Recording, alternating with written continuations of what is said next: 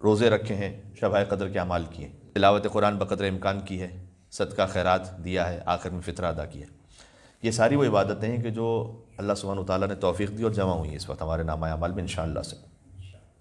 سب سے پہلے تو انشاءاللہ یہ اعمال قبول ہوئے، ایک مل کے صلوات بھی دیجیے گا محمد وعلی محمد پر، اللہم صلی علی محمد وعلی محمد۔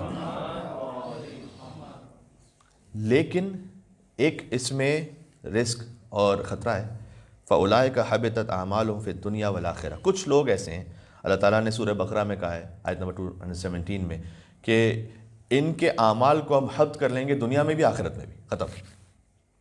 اعمال سب کو جمع ہوئے لیکن کچھ بھی نہیں بچا۔ ایک پرشین لینگویج میں اگزامپل دی جاتی ہے، وہ گائے کہ جو 9 من دودھ دیتی ہو اور جو دودھ جمع ہوا ہے وہ اپنے ہی پیر کو لات کو مار کر اس پورے ظرف کو الٹ دے، تو سب کو جو جمع ہوا تھا سب ختم ہو گیا کسی ایک مسٹیک کی وجہ سے۔ تو یہ پاسبل ہے۔ دیکھیں دنیا کا معاملہ یہ ہے کہ اگر ایک امپلائی ہے، اوبر کو ڈرائیو کر رہا ہے، اس نے اگر 15 دن اوبر ڈرائیو کی ہے تو 15 دن کے لیے اس کو اس کا فیئر مل جائے گا، جتنے دن ڈرائیو نہیں کی اسے نہیں ملے گا۔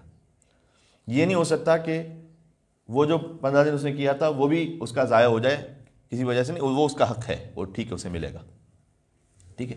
دنیا کے چونکہ مادی معاملات ہوتے ہیں، لیکن اسلامی نظام میں کبھی کچھ غلطیاں اتنی زیادہ بڑی ہیں کہ وہ جو 15 دن کیا تھا وہ بھی کسی غلطی کی وجہ سے ضائع ہو گیا۔ مثال کے طور پر والدین نے اگر کسی کو آگ کر دیا ہو،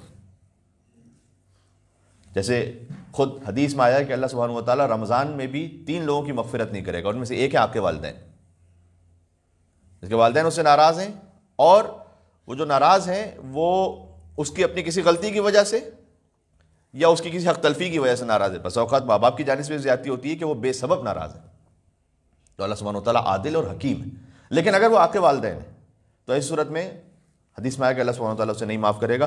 ایک حدیث اور بھی ہے کہ اللہ سبحانہ و تعالیٰ اس کی بھی مغفرت نہیں کرے گا جو اتنا بخیل ہو کہ حضور نے فرمایا کہ وہ میرا نام سنے اور مجھ پر درود نہ بھیجنا چاہے۔